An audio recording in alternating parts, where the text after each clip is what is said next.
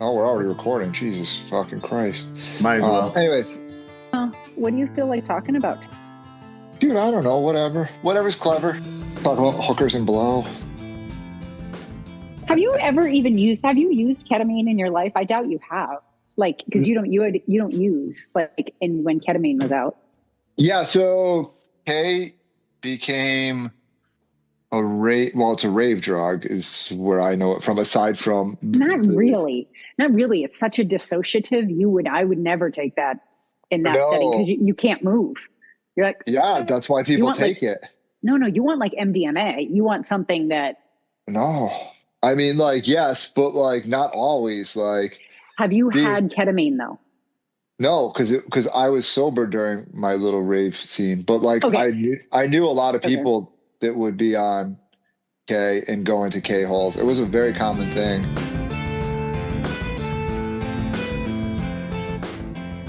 Hey, Megan, how's it going? Just dandy. How about you? Doing good. Better now that we have our guest with us today. It's your special guest. He couldn't stay gone for long. We have one of our coaches and dear friends, Sean Meehan, with us today. How you doing, Sean? What's going on? I'm good. How are you guys doing? Well, the podcast is going well so far. Definitely miss you in the entertainment, but we had to have you back on. So, what do you got? You got 2 in the can so far? 3 in the can? We have 2 minis, and before you, we talked to Sam.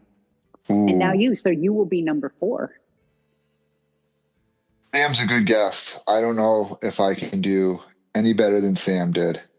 Yeah, he's what's the word I'm looking for? He's profound and chill and funny all at the same time. And he's quite handsome. Oh yeah. With his flowing white locks. So Sean. Yes, Megan. You are a music nerd, like me and like John. And I think that we have talked a lot about music on our old podcast and frankly in real life, because I think for all 3 of us, music holds a special place, and there's always something going on in the background. There's always something that we're listening to, or an epic live show that we saw or want to see. So we were thinking that maybe we would talk about music with you today. How's that sound? Music, yeah, we can do that. That sounds excellent. I just recently ran through my Apple Music rundown of the year. Now, I listen to a ton of shows, live recordings on Nugs. I don't know if you're familiar with it. John, you're not familiar with the jam band scene, right? So like... I am, yes. Actually. Are you really? I am, yep. Oh. I do. I get those longer runs in. You got to put on a little dead, maybe gravitate more towards little feet, less towards fish. But yeah, I like. Stay away from the fish. Too jazzy. Yeah, too jazzy. Do you listen? I've seen fish a number of times. See, I've never seen fish. They're like, we've discussed probably prior about how lyrically I'm like, this is ridiculous. They're weird. It's bizarre. Yeah. It's like nonsense, jam stuff. Yeah. Yeah. But anyways, what'd you get? I'm excited to hear. And it's funny that you bring this up, because while I was waiting for my daughter right before this podcast, mine came up and I was watching mine as I was waiting for her. So what do you got? So Noah Khan on Apple Music was my top artist of the year. Get out of town, really? Swear to God, yeah. He's so depressing. But it's so Vermont and so New England that I like relate to it so in depth. That's like 4 so's in a row, so you know it's legit. Yeah, his stuff, it's just, I don't know, like folk wise, it hits New England. And I listen to it a lot, especially on shoulder seasons. It's very shoulder seasony. What's shoulder season? like not winter, not summer, like Oh, not I've never heard really that like saying before. not like really fall, like it'd be like in Vermont it would be mud season or stick season depending on where you are. Had you heard And that before, John? Shoulder season? I've heard of mud and stick season. I haven't heard of shoulder season. Okay. yeah. So what about him? So is it the depressing Vermontish sound that catches you? It's the content, the lyrical content, the musical composition. There's nothing super complex about Noah Kahan's instrumental or anything like that. It's just if you grew up in New England, you're like, oh, I know that feeling. I know what that's like. I know that time. Like I know how that feels. There's like lyrics in it. It's um, like just I mean because I grew up in New England. Like he talks about in one song about dying in the house he grew up in, which I feel is such a fucking New England thing. That like you end up in the house your parents like grew up in, and like that's just where you're gonna die now. Like, the stick season about how it's just biding time until that next season comes around. Just being in small towns and the connection that exists in small towns and not being surrounded in a big city. It's all just very very relatable to me. And he's a Vermont native and he Have writes you about seen him Vermont. live? I have not. There's he did release a live album live at Fenway. And it's really weird because there's a new, I mean, maybe it's not new, but when entire crowds and you're in a big stadium like that know all the lyrics to the song, you hear the crowd almost more than you hear the artist. And in this live album, it is very apparent like that. Zach Bryan's second live album, it's very similar to that, which is kind of distracting. But I was, so we'll back up. I saw Zach Bryan last summer at Gillette, and Noah Kahan was playing, I think, in New York at like about the same time, and he had a day off, and I was convinced that he was going to be at Zach Bryan's show.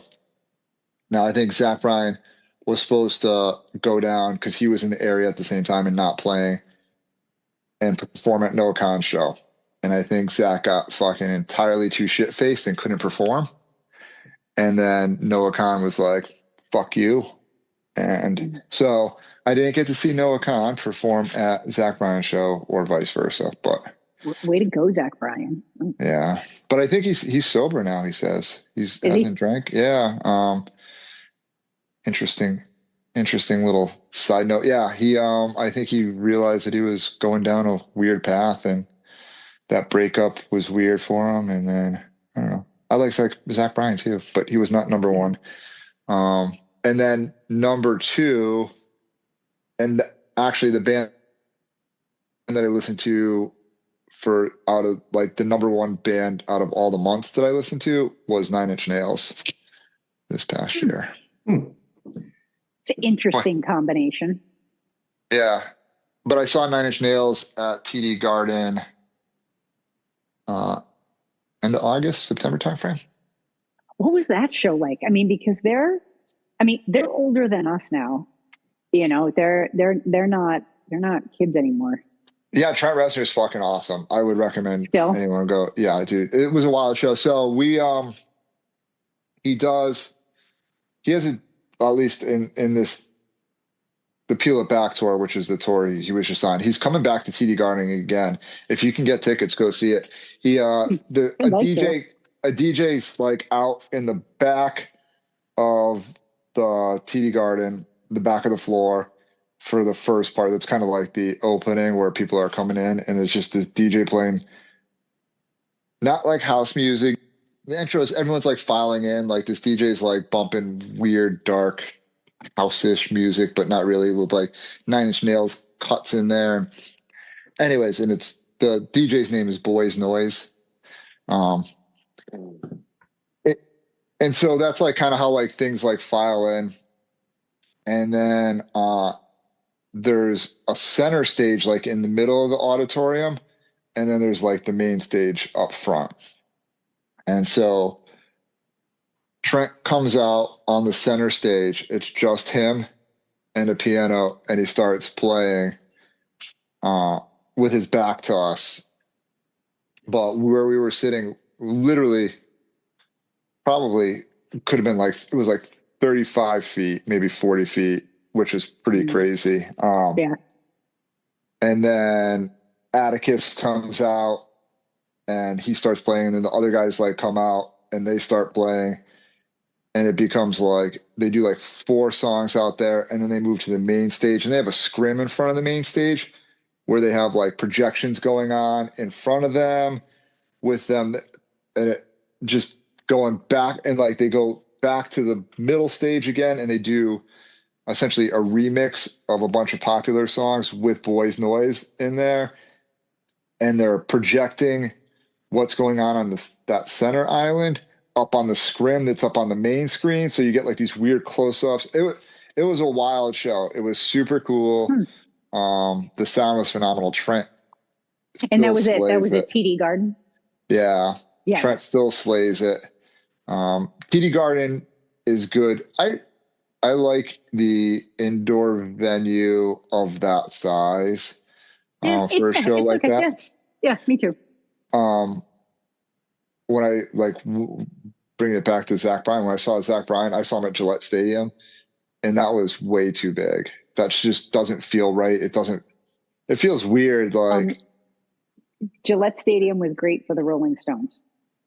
I don't know, man. I don't like a stadium that big. That's like, no. I mean, the Stones could pull it off. That's we've seen, and we saw Metallica in a stadium as well. They pulled it off, but I don't like those shows. And I was like, I think I did 2 stadium shows in a summer, and I was like, I'm done. Just the parking, it taking like 8 hours to get out. Yeah, it was good show, but less than ideal. But I saw. But yeah, that was awesome. I just saw Billy Strings in the Prudential Center in Jersey. So let me ask you this: this happens to me, and actually, question for both of you: do you hear a song that can like immediately, or a version of a song that can immediately bring you back to where you were, whether it was like a year ago or 20 years ago, or whether you were like a kid? You guys have that? Do. Yes. Do.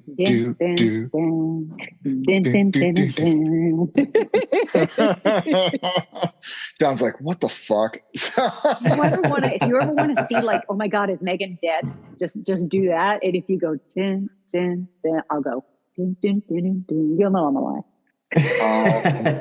No, I'll write that down. Check if Megan's dead. Yeah. But do you have that?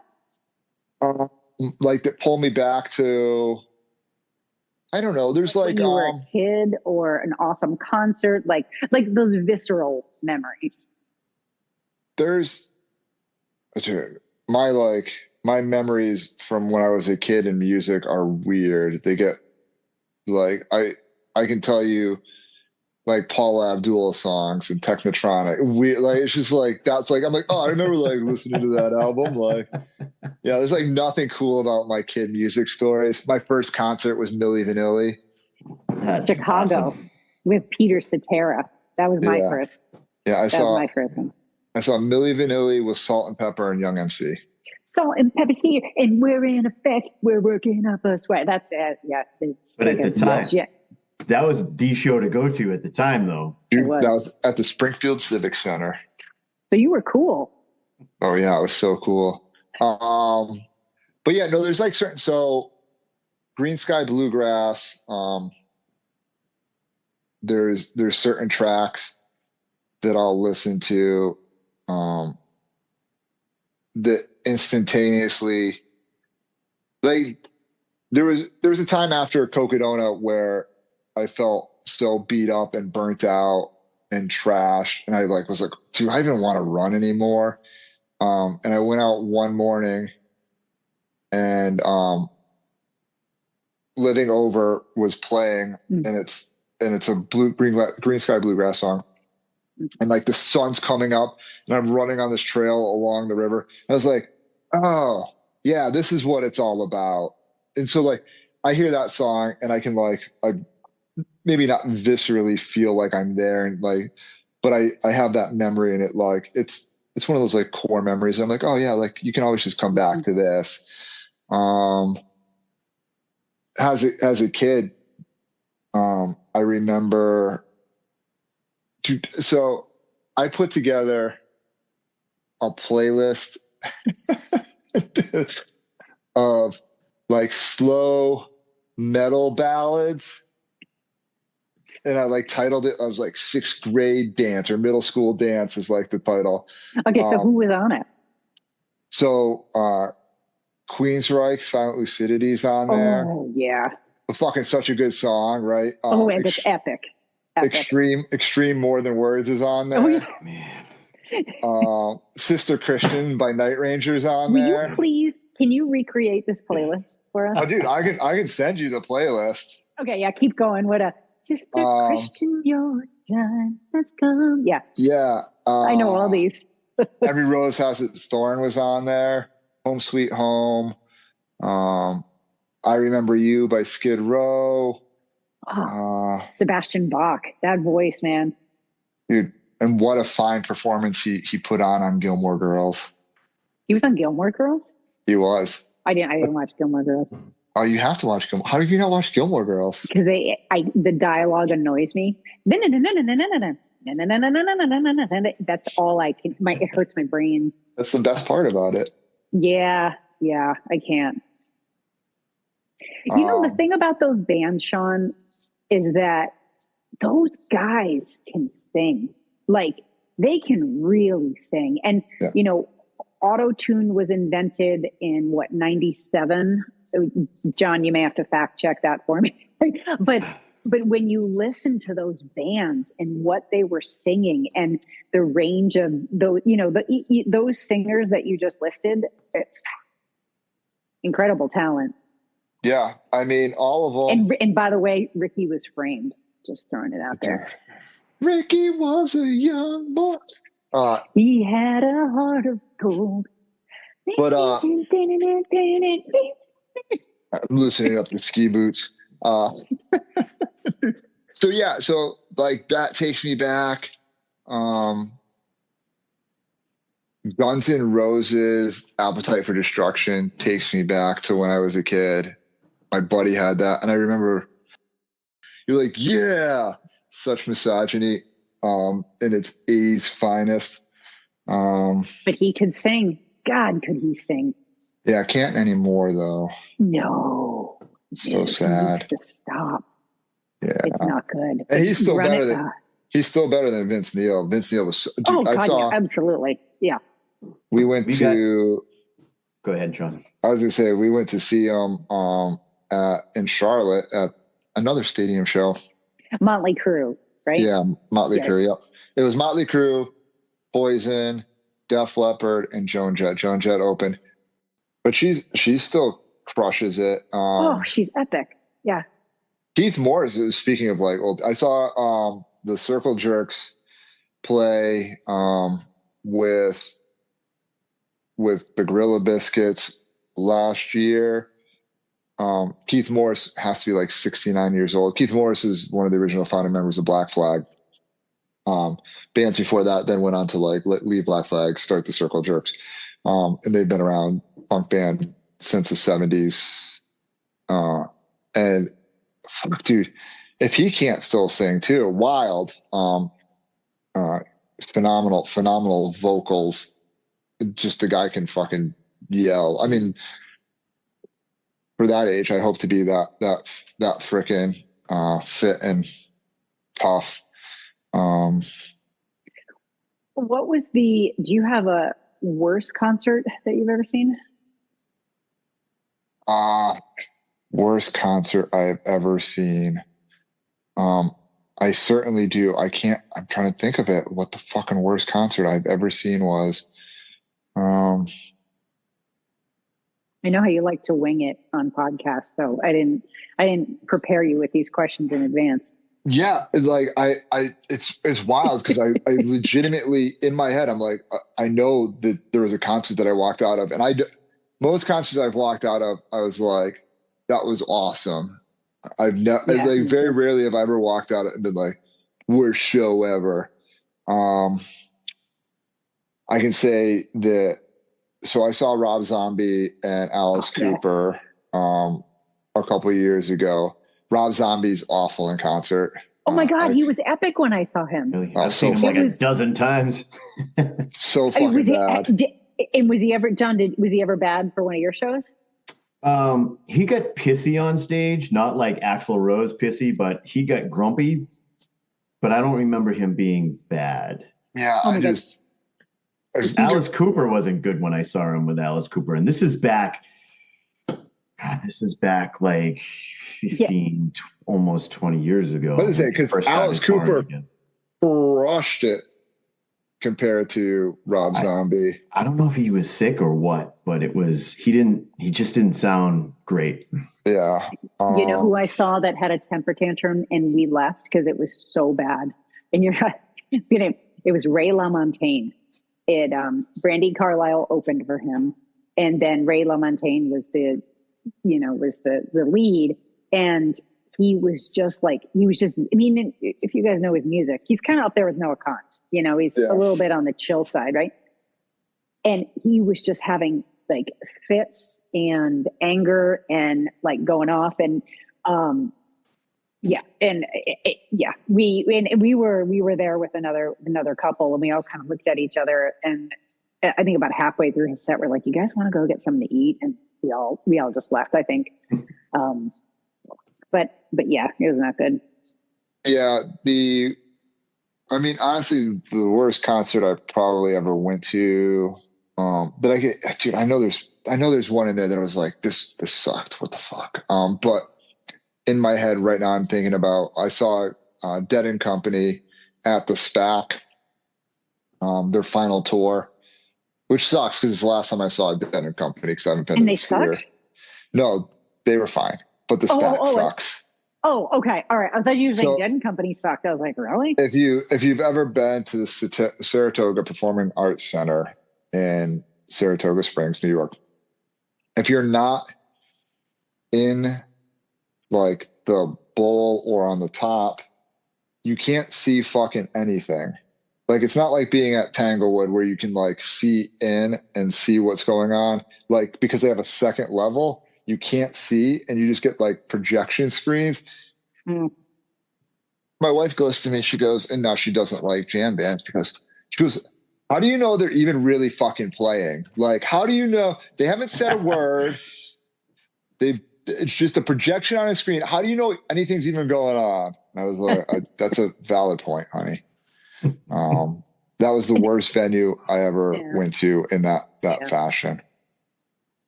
So, and I've seen Bob Dylan twice, and both times. And if you didn't, it was hard to. And I know his music, but it was hard for me to figure out what he was singing. Yeah. So, and my brother was with me, and so this was when I was still at UConn. So he was still in high school. My brother fell asleep, but I think my brother was pretty drunk. So I had to wake him up to get out. Yeah, my father, Carrie and I were supposed to go see Bob Dylan with Willie Nelson this past go around. I saw him with Willie. And it was raining out. We're like, no, don't care, because we bought the tickets for like $30, and everything we've heard about. I would like to see Bob before he dies, and it'd be nice to see Willie before he dies. Willie's great. He's still amazing. But my father-in-law was like, you didn't miss anything. I saw him in the 70s, and he sucked in the 70s too, live. So, great recording artist, great songwriter. you know. If we're talking bad venues, when last year, my best friend and I went to Austin City Limits, and I've been to so many festivals, and I would have considered myself a pro, right? Like I know what to do. I know how, you know, I think there was 400,000 people in this little teeny park, and no bathrooms, you know, issues with water, people ODing, dropping from the heat. Like it quickly turned into a don't die issue. It was like, had an epic time at Austin City Limits. We saw a lot of really good music, but the venue, I'm surprised people haven't. It was like, I was expecting a Woodstock to happen. I was at Woodstock 99. Yeah, and it was awesome. That's what I was expecting. And it was awesome. Yeah. I mean, I just didn't want to die. And when you go to concerts, you shouldn't have to worry about whether you're going to die. But it was still fun. I mean, I know it's like, it was an experience I would not go back. Old cranky Megan. Yeah, I was at Woodstock 99. So I was probably 9 months sober, and Carrie and I had bought tickets to Woodstock 99 because Woodstock 95 or 94 was a thing. And then Woodstock 99 for that era had the wildest lineup. I mean, wait a minute. Was that the one that like with all the riots and, Oh, okay. All right. I couldn't remember. Okay. It was. So who did you see? Cause there were a lot of great bands. I saw, I mean, I don't know if people consider them great now, but I still, I listen to all those bands because I'm a middle-aged white dude from that era. That you are. So Limp Bizkit, Korn, Metallica, Red Hot Chili Peppers, Kid Rock, Alanis Morissette, Jewel, Counting Crows, Offspring. Stone Temple Pilots, were they there? Nope.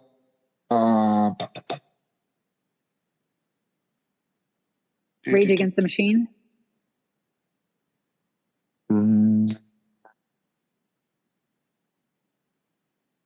No, I don't think so. I didn't see Rage if they were there. I don't think they were there. But I was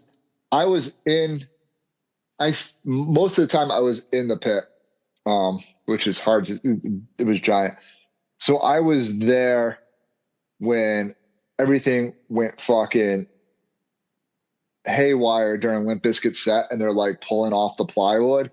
And I will say, I have never seen anything as cool as Fred Durst getting on a piece of plywood, crowd surfing while singing. I don't fucking care like what anyone says about really? That was the coolest thing. Wait a minute. So the plywood is like a surfboard, is what I'm imagining. Yep.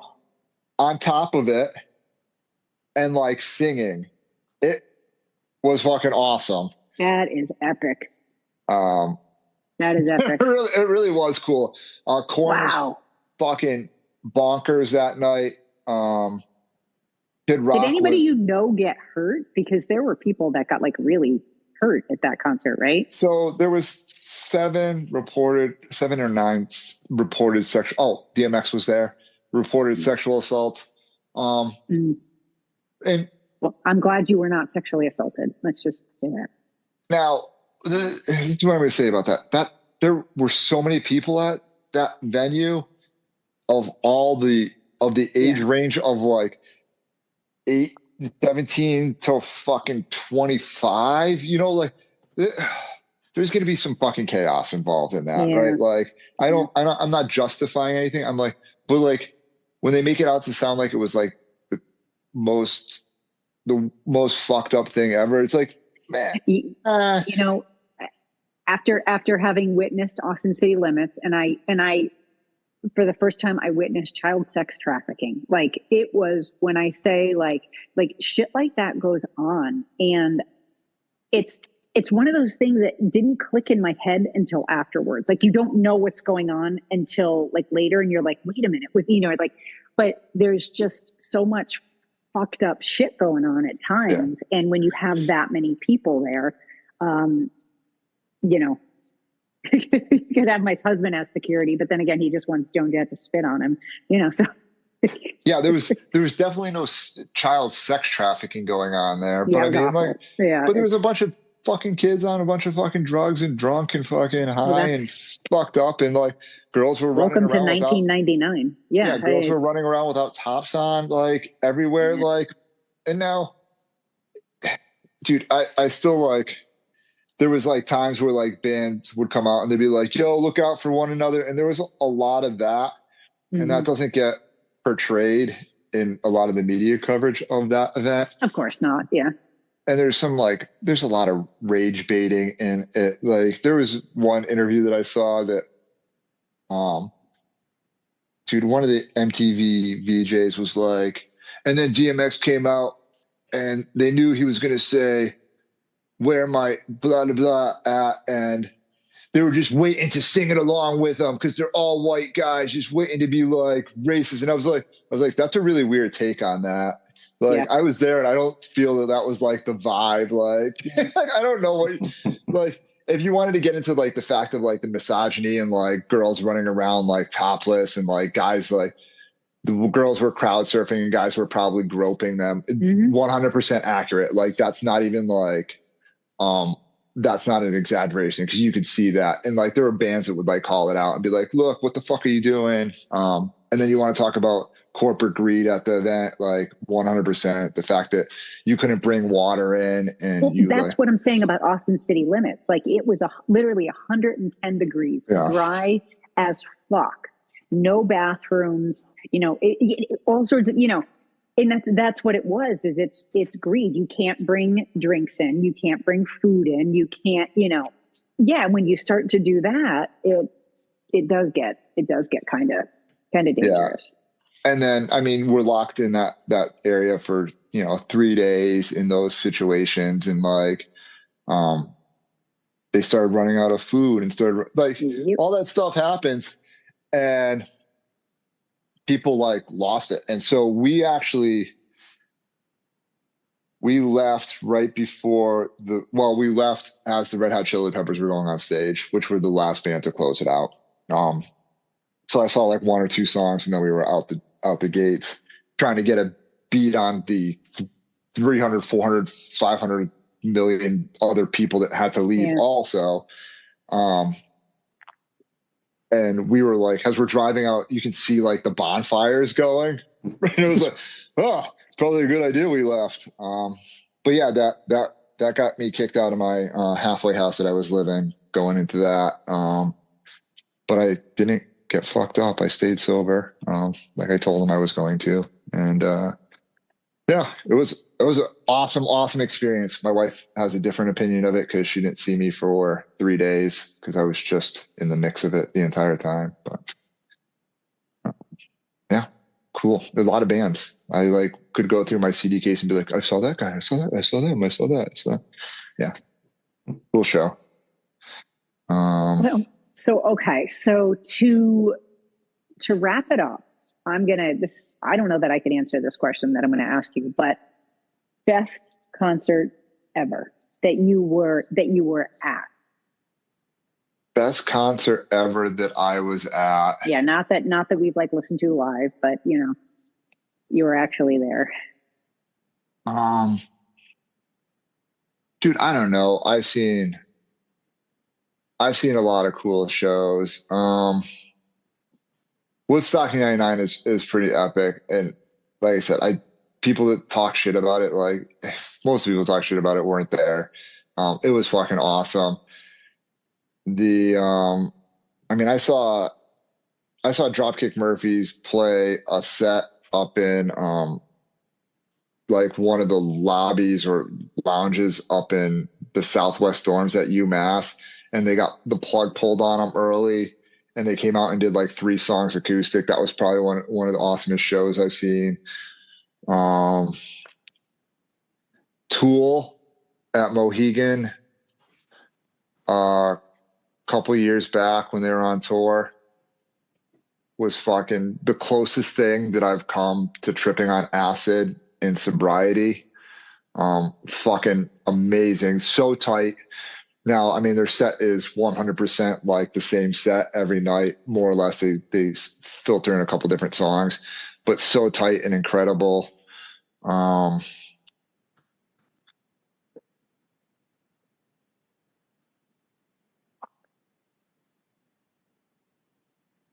Last time I saw Rancid play at House of Blues, they put on a phenomenal set. It was like the 20th anniversary of Out Comes the Wolves, or 25th anniversary. And I have a lot of core memories of that album. So yeah, I don't know. Woodstock would, in a weird way, probably be my like greatest concert. I don't know if it's like the best concert, but it was epic. It's probably the most epic concert I've ever It sounds been to. like the best. It sounds like the best experience. Like good, bad. You know what I mean? Like even though there's some messed up things, it's still like it just. I think MTV wanted to get some ratings. I remember watching that on TV. I was in Austin at the time, and I think MTV just wanted to play it up and get some attention. I mean, there was bad shit that happened. I'm not saying it didn't happen, but you know when the media gets involved. Yeah, it was, like I said, it was wild. I wouldn't trade it for anything. That was an experience. You have any concert tickets now? Anybody that you're going to see in the near future? I am going to see. I do. I have two. Fuck. What two shows do I have to go see? I'm going to see the Descendants and Frank Turner on, I don't know, at some point at the Oakdale, I think. And then I have tickets to go see. Who the fuck else did we get to go see? Oh, Drain. Going to see Drain at the Palladium in Worcester. If you don't know who, so do you guys know who any of those bands are? I don't know who Drain is. Drain's a thrash hardcore band from California. They're one of like the new punk bands that are around, new hardcore bands like Turnstile, Speed, Drain. I'm sure you know who Turnstile is. They're in fucking Taco Bell commercials. Turnstile, I know. Yeah. You know, so me? No. Yeah. They're in that vein. They're the new young punks on the scene. It's cool. It's cool that there's like a hardcore punk scene that still exists. It's interesting that there's a whole lot of it. The old hardcore punk bands are still around. These new bands are coming in. Like ska bands are starting to get back together and do shows. Like I have seen that. Yeah. I just saw the Amazing Royal Crowns play at the Met in Rhode Island. They did a whatever it is, freaking Pound Payback or whatever it is. So they brought out a bunch of Rhode Island bands that hadn't been around in a long time. One of them is like Neutral Nation that I'd never heard. They were an 80s punk band. They like opened for the Ramones and fucking like other big bands. I'd have to like go back and like look at who they opened for. But these guys are like 60 years old now and don't look like punk rockers, and they fucking killed it. They were so good. It blew me away. Like they came out on stage and I'm like, what the fuck? And they fucking crushed it for a band that like, yeah, they were cool. So yeah, there's like cool stuff going on, man. Yeah. All over the place, right? So like hardcore punk shows, fucking Billy Strings, Noah Khan, whatever. Just throw it on. It is in Paula Abdul. Paula Abdul, that's what I grew up on. And my middle school dance songs, my soft metal ballads. Please tell me you had Beth on there by Kiss, because you can't have like an 80s ballad without Beth. Dude, I hate that song. I don't like a lot of Kiss. So no, Beth wasn't on there. It was actually a purposeful omission. Yeah. Screw you, Beth. All right. So yeah. Well, Sean, thank you for going down the music rabbit hole with us. Always good to have you back. We'll invite you back, of course, and hopefully it would be nice if we could all catch a show together at some point. I would like that. Not Genesis. Not Genesis. No. Genesis. Sorry, Sam. Sorry, Sam. Yeah. Literally Sorry, anything buddy. else. Sorry, not sorry, Sam.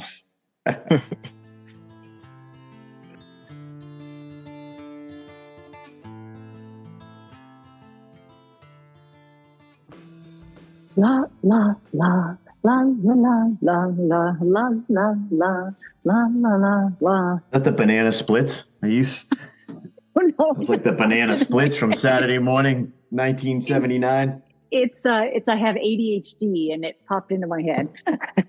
Huh. Oh God. Keep it Honestly, light. if you have an experience with hookers and blow that you want to share, I would freaking kill to hear that story. Do you have a hookers and blow story? I have a interesting hooker. Didn't I tell you this story? Didn't we discuss this story the other day about the hooker? And you're like, there's no way you can make this sound any better by going down this rabbit hole of telling the What story were we talking? in a group You chat. actually texted me last month about the hooker story. Or Yeah, you it should messaged me. be. Yeah. Yeah. Yep. You're like, you can't make this any better by explaining it. And I was like, no, but I'm going to try anyways.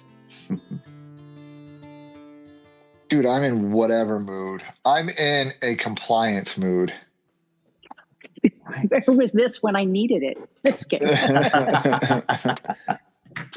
We can talk about whatever. We can see where it goes. Do you want to see where it goes? No. John, if you ever wanted to know how every podcast started, it was like, we'll just see where it goes. And Megan's like, no, we need to have notes. And I'm like, no, we don't. Every podcast, that was exactly the same. This is the worst. We need you. We need your help. On the podcast app that you're listening to right now, please follow, rate, 5 stars is best. Give us a review. We want to hear the good stuff. Also, please follow us on socials, Instagram, Facebook, TikTok. If you have a story you want us to hear, let us know.